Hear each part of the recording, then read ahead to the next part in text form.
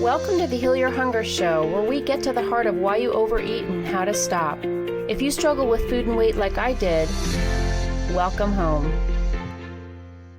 Welcome, everybody, to the Heal Your Hunger Show. I'm so happy to have you here. It is a great day to be alive, and I'm excited to bring back to you a podcast I did about 100 podcasts ago. Yeah, I think that's fair game, especially because it's such an important topic. It's just putting a little bug in your ear about info binging. So if you want to know more about what that is and whether or not it describes you, whether you're an info binger or not, stay tuned. Okay. And before I bring you this show, I want to just tell you that we have an amazing event coming up called Make Peace with Food. Love your body, love your food, love your life. If you want to do a deep dive with me on a weekend where you put everything else aside and you focus on you and your relationship with food, and you really move the needle on healing emotional eating, join me for the Make Peace with Food retreat coming up really soon. Just go to my website, healyourhunger.com, and you can click and read about the event, and hopefully you'll feel inspired to join us, because nothing changes if nothing changes, right? So join us for Make Peace with Food coming up really soon. Okay, on with the show. This is the show where we talk about real stuff, real issues, real feelings, patterns, untrue beliefs, old wounds, things that just got us in the hole with food. That's the rabbit hole. Falling way down the rabbit hole with food and binge eating and overeating and all kinds of shenanigans around diets. And if you're so tired of that, welcome. I'm so glad you're here. Hopefully you will feel at home here. And please, speaking of being at home, join us in the Secret Sauce group. That's the Secret Sauce to End Emotional Eating on Facebook.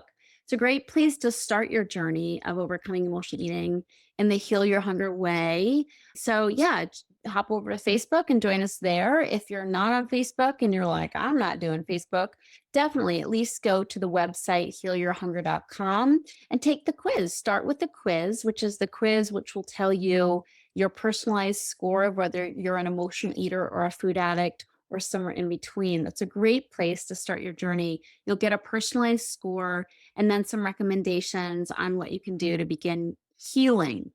And lastly, if you haven't listened to my TEDx talk, please check it out on YouTube. Tricia Nelson, Emotional Eating, Tricia Nelson, TEDx, something like that. And that's a great place to start as well, although I have it on my website, so you can check it out there.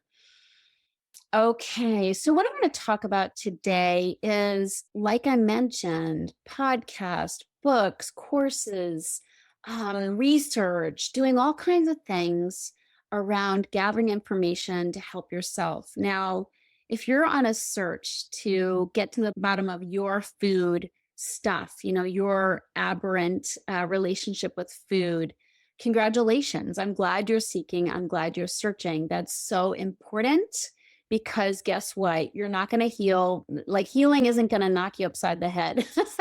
It doesn't just happen. You have to be intentional. You have to want it. You have to go looking for it. In my experience of emotional eaters is we're seekers. We're seekers not only of information, but also of a deeper message. And I think the women who come to the Heal Your Hunger show are drawn here energetically by that craving for a deeper message, for depth, because that's where I go and that's what I craved. It was not food I was truly craving. It was not sugar and carbs, although I liked those and there's plenty of reasons to like them.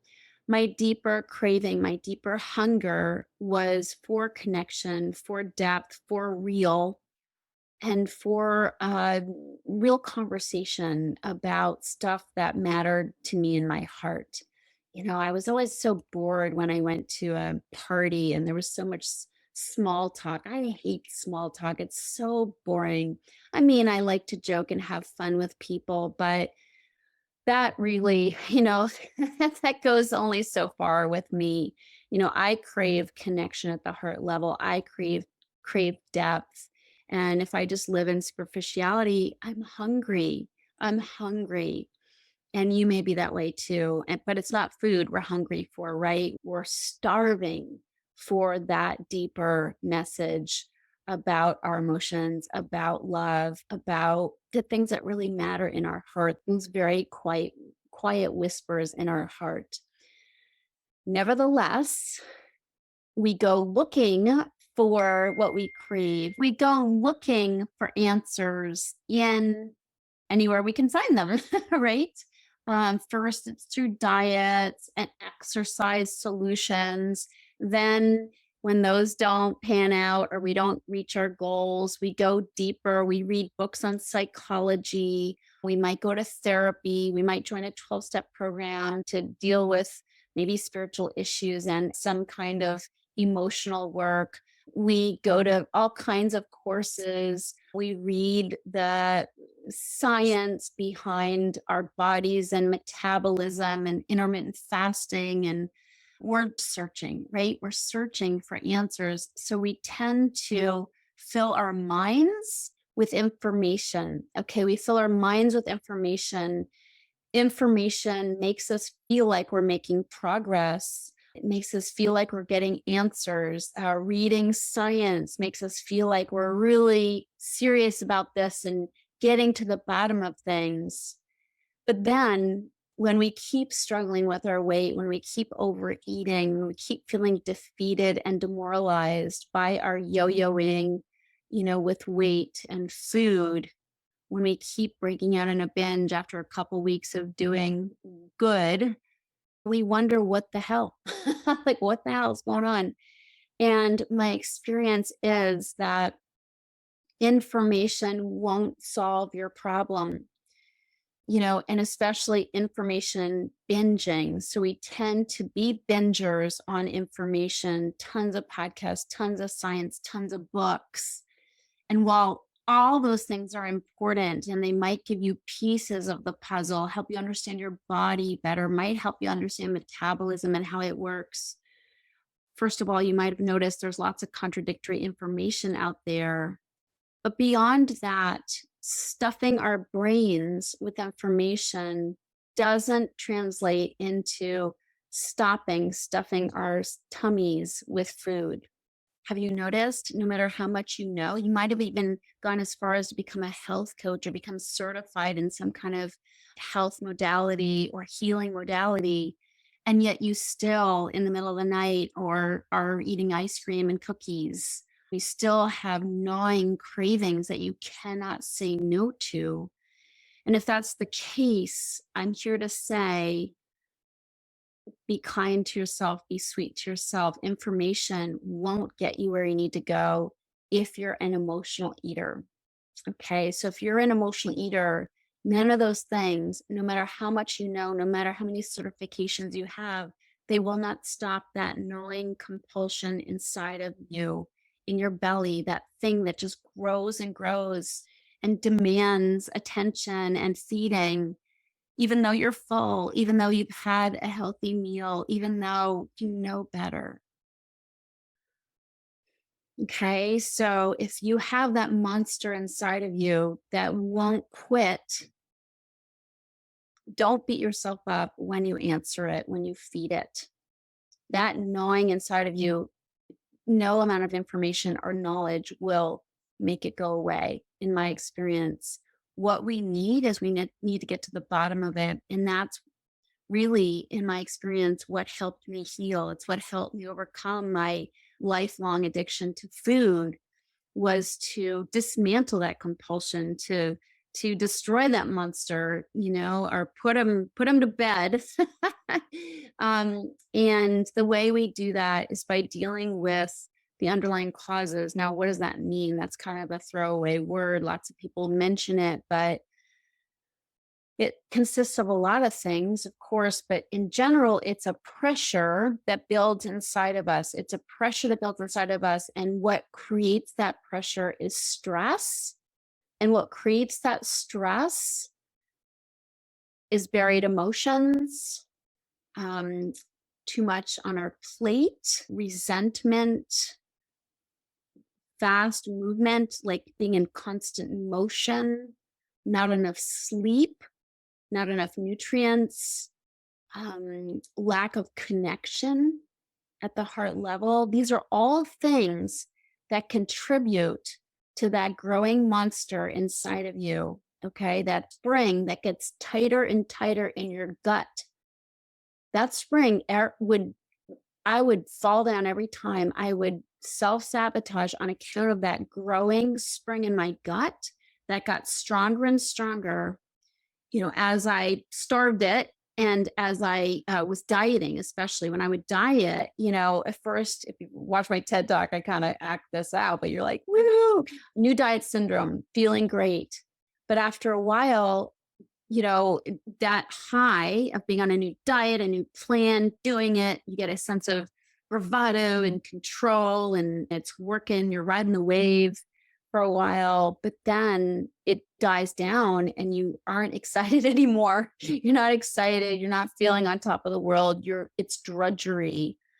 That's when I would binge, is when I would be like, everything would grow dull, and that knot in my gut, that tension, that spring would get so tight that I had to feed it. Okay, that's the monster I'm referring to. There's lots of ways to describe it, but you know what I'm talking about, right?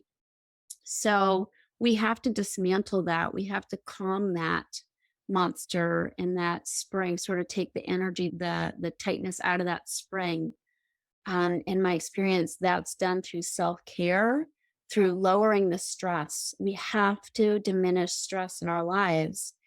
And you may say, well, like, I can't do that. Like, my mom is sick, my kids need to be fed. I have to work.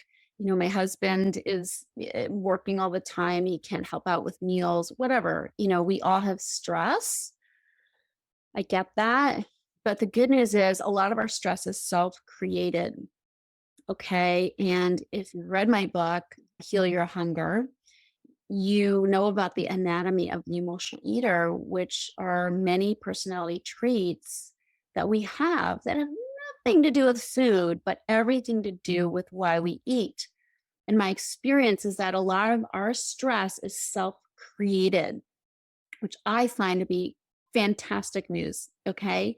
The good news about that is if we're creating it, we're not victims. Okay. I mean, we can't do anything about an ailing parent or, the kids needing food and clothes. Okay. That's going to happen day in and day out. We have to take care of business. But how we go about taking care of business is something we can do something about. So if we're people pleasers, if we are perfectionists, and we've got all this pressure that we're putting on ourselves to do it right, to do it perfectly, to get other people to notice. So we get the atta girls. If we're putting that kind of pressure on ourselves, that adds to that tight spring in our gut. Okay. And you got to let up. You've got to let up on yourself. Okay. And I know that so much of this is involuntary because it's the way you think. All right. I know as emotional eaters, we have racing minds. We overthink everything, right? We're always thinking, where our minds are going all the time. And a lot of our eating is on account of needing to shut down our minds, needing to escape our brains. Okay. But there are things you can do to de-stress. First of all, you got to look at the people pleasing. You got to look at the caretaking. Where can you delegate? Where can you ask for help? Ooh, that's not an easy thing for emotional eaters to do. So where can you start, locking arms with other people so you're not doing it all yourself? I know there's an ego hit from trying to be superwoman. I know that. Okay. I'm going to call you out. If you just love it when people say, I don't know how you do it. Or that Tricia, she just gets the job done. She's so productive, and isn't she amazing? Oh, I love to hear those things.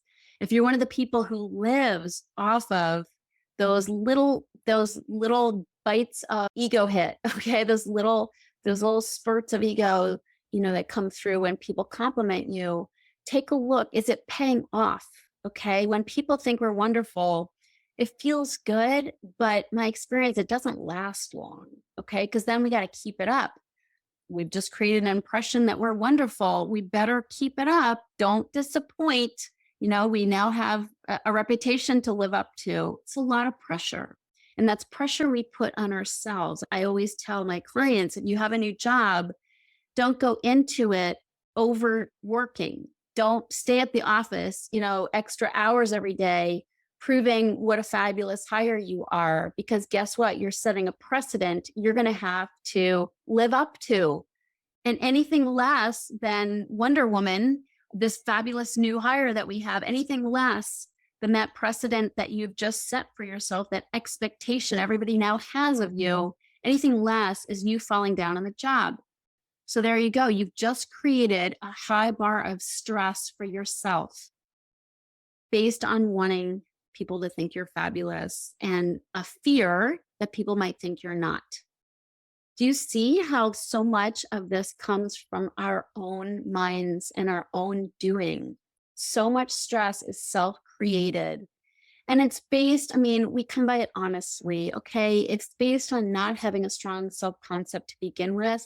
I grew up with low self-esteem, and it was those atta girls. It was, shining, making people notice me that fed me.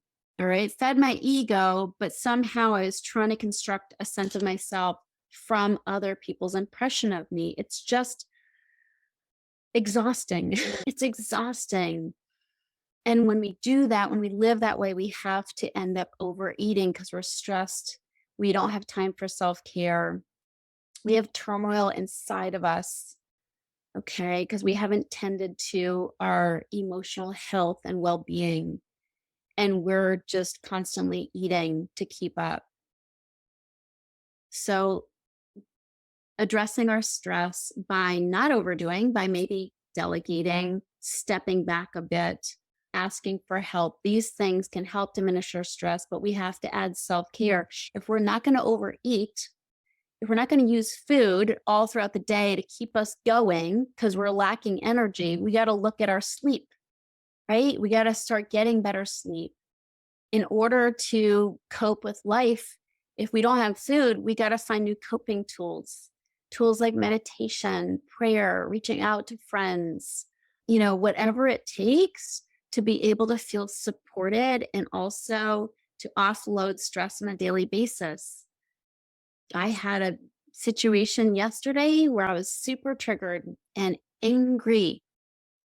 And I'm happy to say I'm somebody who doesn't get angry very often anymore. So, not even secretly. I'm so grateful. I'm so grateful. I am a person that I really like now because I don't have this seething cauldron of turmoil in my gut because I'm living honestly and I am who I say I am. I'm not overdoing. I'm not putting on a facade. I'm not trying to get people to like me. So that all results in I'm just pretty happy. So who you hear on my podcast it's pretty accurate. I'm not putting it on. I'm generally a happy person. I didn't used to be. I used to have a lot of stress and a lot of tension, a lot of conflicting emotions. Sure, I had a smile on my face, but I was on the inside. But that's not how I am anymore, generally speaking. But yesterday I was triggered and I got angry. I felt angry. I felt wronged.